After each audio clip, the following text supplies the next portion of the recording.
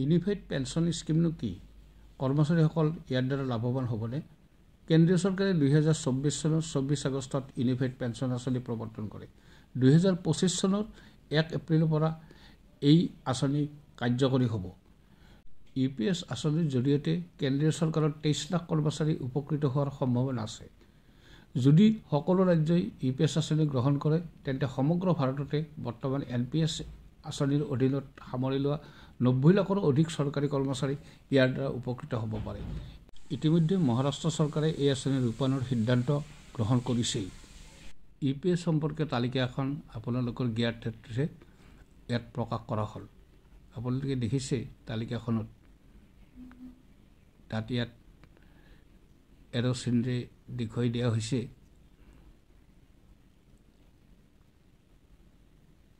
এখানে হৈছে UPS আঁচনিৰ এইসমূহ বৈশিষ্ট্য। আহক NPS আৰু UPS ৰ পাৰ্থক্য কি জানি লওক। এয়া পাৰ্থক্যৰ এখন চাৰ্ট আপোনালোকৰ সন্মুখত দেখুওৱা হৈছে।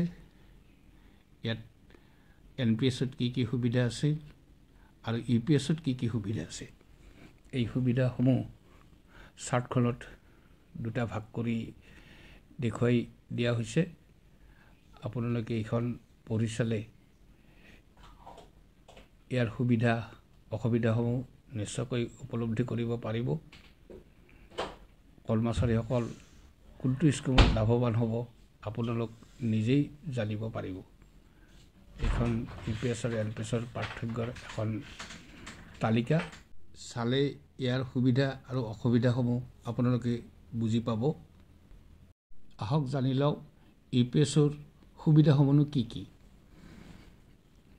UPS-ৰ বিভিন্ন সুবিধাৰ কথা কোৱা হৈছে। তাৰ ভিতৰত আছে নিশ্চিত পেঞ্চন।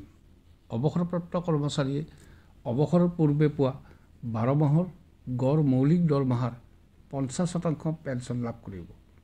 কমেও 25 বছৰ সেৱা আগবঢ়োৱা কৰ্মচাৰীক এই সুবিধা প্ৰদান কৰা হ'ব। কম সেৱাৰ সময়সীমা 10 বছৰৰ পৰা 25 বছৰ চাকৰি কৰা কৰ্মচাৰীসকলক সমানুপাতিক পেঞ্চনৰ সুবিধা প্ৰদান কৰা হ'ব।